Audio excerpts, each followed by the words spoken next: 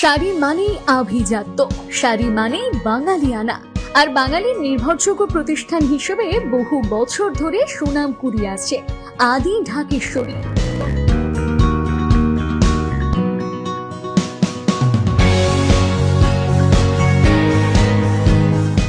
বন্ধ করে দিতে হবে। আমি পরিষ্কার বলছি, আমি সাম্প্রদায়িকতা বিশ্বাস করি না, সব ধর্মকে সম্মান করি, কিন্তু এটা জেনে রাখুন, মানুষের অধিকার কেড়ে নিলে সেটা মানব না, মানব না, মানব না। পরিষ্কার বলছি, বাংলা ভাষায় কথা বলা মানে বাংলাদেশি। ওদের দেশের ভাষা এক, আমাদের দেশের ভাষা এক। এটা তো ঐতিহাসিক কারণে 1947 সালের আগে সব তো একসাথে ছিল, তারপরে দেশ ভাগ হয়ে যায়। সুতরাং আমার বাংলা ভাষা আন্তর্জাতিক ভাষা। আমি ভাষায় মা বলতে শিখি। এই ভাষায় কেউ আম্মা বলে, কেউ মা বলে, কেউ মাদার বলে, কিন্তু মনে রাখবেন এ ভাষা আমাদের গর্ব। কবিদের ভাষায় মোদের গরব মোদের আশা, আমরি বাংলা ভাষা। সব ভাষাকেই সম্মান করি, উর্দু ভাষাকেও করি, নেপালি ভাষাকেও করি, রাজবংশী ভাষাকেও করি, কামতাপুরীকেও করি, সাদ্রিকেও করি, কুরুককেও করি, অলচিকিকেও করি। এবং আমরা শুধু তাই নয়, আমরা এদের রেকগনাইজ করেছি হিন্দি ভাষাকেও, সব ভাষাকে করি। কিন্তু আমি আমার মাতৃভাষায় কথা বললে তুমি আমার বাংলাদেশি বলে তুমি পুশব্যাক করবে। সোনালী খাতুন আপনারা জানেন, যেটা নিয়ে সুপ্রিম কোর্টে আমরা গেছি, একটা গর্ভবতী মা, তার ছোট ছোট বাচ্চা আছে, তাকে বাংলাদেশে চালান করে দিয়েছে। সুপ্রিম কোর্টে আমরা গেছিলাম, কেস করে বলেছি ওদের ফিরিয়ে আনতে হবে। আমাদের পরিযায়ী শ্রমিকরা কাজ করে বিভিন্ন জায়গায়, তাদের উপর অত্যাচার হচ্ছে। বাংলা ভাষায় কথা বললে তাকে বাংলাদেশি তকমা দেওয়া হচ্ছে। আর আপনাদের যে 1.5 কোটি লোক সারা ভারতবর্ষ থেকে বাংলায় কাজ করে, কই আমরা তো তাদের অত্যাচার করি না, আমরা তাদের আপন করে রাখি। তাহলে আপনাদের কি হয়েছে? বাংলার প্রতি এত রাগ কেন? বাংলা বিদ্বেষী বিজেপি বাংলাকে পছন্দ করে না, তাই বলে কখনো বিদ্যাসাগরকে অপমান করে, কখনো রবীন্দ্রনাথ ঠাকুরকে অপমান করে, কখনো বঙ্কিমচন্দ্রকে অসম্মান করে, কখনো রাজা রামমোহন রায়কে অসম্মান করে। বিজেপির ডাবল ইঞ্জিন সরকার এসআইআর এর নামে ডিটেনশন ক্যাম্প তৈরি করছে।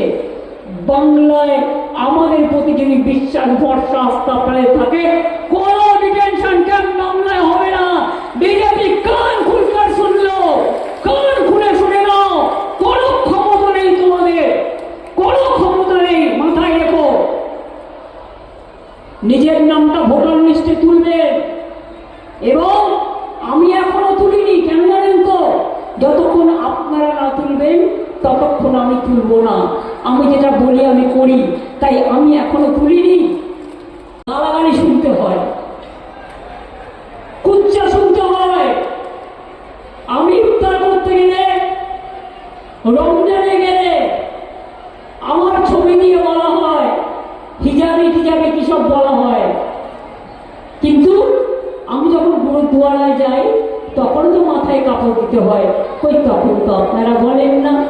আমাদের হিন্দু মা বোনেরা যখন ধর্ম চর্চা করেন তখন গায়ে কাপড় দিয়ে নেয়, গায়ে কাপড় দিয়ে নিয়ে ঠাকুর দেবতাকে, আঁচলটাকে টেনে নিয়ে ঠাকুর দেবতাকে পুজো করে।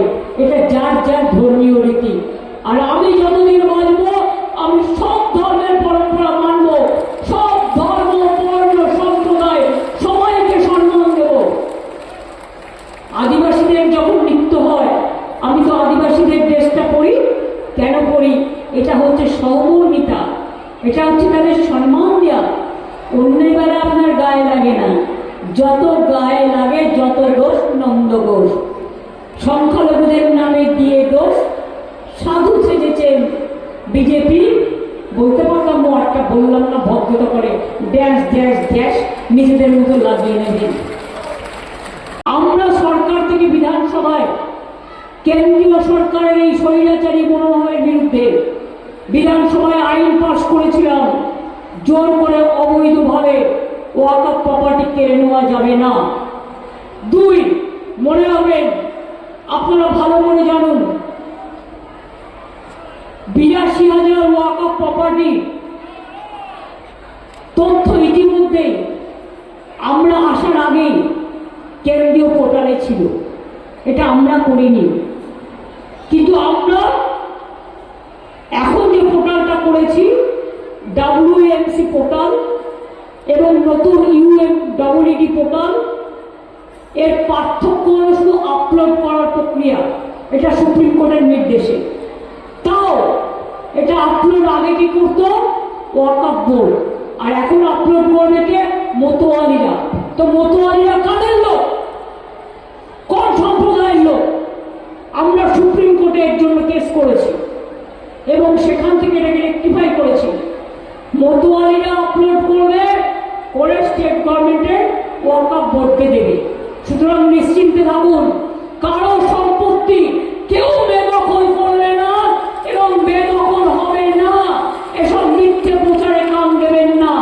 যা বলছি দাঁড়িয়ে বলছি, আমার কথা যদি বিশ্বাস রাখেন, আপনারা জানেন আমি যতগুলো কথা বলেছি প্রত্যেকটা কথা অক্ষরে অক্ষরে পালন করেছি এবং আমার দায়িত্ব আপনাদের নিরাপত্তা, আপনাদের সম্পত্তি, আপনাদের জীবনের মান, আপনাদের ভাষার অস্তিত্ব, আপনাদের সর্বধর্ম সমন্বয়ের সম্মান সম্পূর্ণভাবে রক্ষা করা।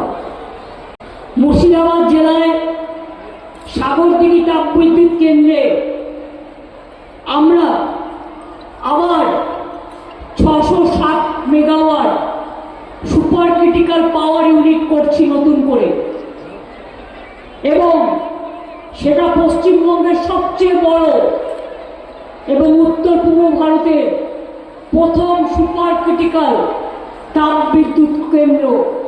2017 সালে আমি ঘোষণা করেছিলাম, আজকে সেটা সম্পূর্ণ হয়ে গেছে।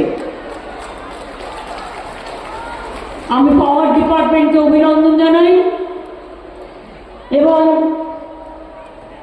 এখান থেকে পাওয়া যাবে 10ই ডিসেম্বর থেকে। এর জন্য খরচ হয়েছে 4,567 কোটি টাকার বেশি। এই ইউনিটটা চালু হয়ে গেলে 16,70,000 পরিবার আরো নতুন করে বিদ্যুৎ পাবেন। ডাইরেক্ট ইনডাইরেক্ট মিলিয়ে 26,000 মানুষের কর্মসংস্থান হবে।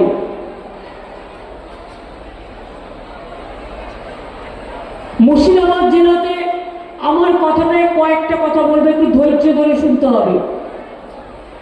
আমি আগে কয়েকটা কথা বলে তারপরে আপনারা যেটা শুনতে চান সেটা বলবো, আমাকে একটু সময় দিন। মুর্শিদাবাদ জেলাতে, মালদা জেলাতেও গঙ্গা, পদ্মা নদী ও ভাগীরথী ভাঙন একটা বড় সমস্যা। 12,116 বিঘা জমি প্রায় নদী গর্ভে তলিয়ে গেছে। প্রকৃতি আমাদের হাতে নেই, নদী আমাদের হাতে নেই। দুর্যোগ হলে মানুষের দুর্ভোগ হয়। এটা কেন্দ্রীয় সরকারের অধীনে ছিল, যেটা হচ্ছে গঙ্গা ভাঙন রোধ করা, বন্যা নিয়ন্ত্রণ করা। ফরাক্কার জল বাংলাদেশকে যখন দেওয়া হয়েছিল তখন এগ্রিমেন্ট হয়েছিল সেখানে ড্রেজিং করা হবে এবং রাজ্যকে 700 কোটি টাকা দেওয়া হবে। আজ পর্যন্ত ফরাক্কায় ড্রেজিং হয়নি, যার জন্য মানুষ ফরাক্কায় সাফার করে এবং 700 কোটি টাকাও আমরা 1 পয়সাও পাইনি। বরঞ্চ ফরাক্কা অঞ্চলের মানুষ ফরাক্কার আন্ডারে থাকাতে আমরাও করতে পারি না আর ওরাও করে না। ওটা সেন্ট্রাল গভর্নমেন্টের আন্ডারে, মানুষের প্রবলেম হয়। আমি আপনাদের বলি, আমরা মুর্শিদাবাদ ও মালদা উভয় জেলায় নদী রোধের জন্য, ভাঙন রোধের জন্য 500 কোটি টাকার একটা বড় পরিকল্পনা কেন্দ্রকে পাঠিয়েছি সম্মতি দেওয়ার জন্য, কিন্তু এখনো কোনো উত্তর পাইনি। আমরা আপনাদের কাছে বলি, তা সত্ত্বেও 100 দিনের কাজের টাকা বন্ধ, গ্রামীণ রাস্তার টাকা বন্ধ, বাংলার বাড়ি তৈরির টাকা বন্ধ, সর্বশিক্ষা মিশনের টাকা বন্ধ, জলের টাকা বন্ধ। তা সত্ত্বেও আমরা কিন্তু আমাদের সীমিত ক্ষমতার মধ্যেও এই জেলায় প্রায় 900 কোটি টাকা খরচ করে 189টি কাজ সম্পন্ন করেছি। ধুলিয়ান ও শামসেরগঞ্জে 96 কোটি টাকা ব্যয়ে 6টি নদী ভাঙন রোধের প্রকল্প আছে, যেগুলো আমরা ঘোষণা করেছিলাম এবং কাজ চলছে। বর্তমানে নদী ভাঙন উদ্যোগের অংশ হিসেবে রাজ্য সরকারের টাকায় 136 কোটি টাকা ব্যয় করে 17টি স্কিম চালু হয়েছে। আমরা এই নদী ভাঙন উদ্যোগের সূচনা করি, এর জন্য 200 কোটি টাকা বরাদ্দ করা হয়েছে। শাড়ি মানেই আভিজাত্য, শাড়ি মানেই বাঙালিয়ানা। আর বাঙালির নির্ভরযোগ্য প্রতিষ্ঠান হিসেবে বহু বছর ধরে সুনাম কুড়িয়ে আসছে আদি ঢাকেশ্বরী। বহরমপুরের প্রতি ঘরে ঘরে নিজেদের নিখুঁত, শৌখিন এবং ইউনিক ডিজাইনের কালেকশন পৌঁছে দিচ্ছে আদি ঢাকেশ্বরী। আমাদের প্রতিটি শাড়িতে রয়েছে নতুনত্বের ছোঁয়া। বাঙালি নারীদের পছন্দের বিভিন্ন ঐতিহ্যপূর্ণ শাড়ি থেকে শুরু করে সারা ভারতের বিশেষ বিশেষ অঞ্চলে বিখ্যাত শাড়ি, সব রকম কালেকশন পাবেন আমাদের এই শোরুমে। তাই নতুন নতুন রূপে নিজেকে এবং নিজের প্রিয়জনদের সাজিয়ে তুলতে আজই আসুন আমাদের বহরমপুরের শোরুমে।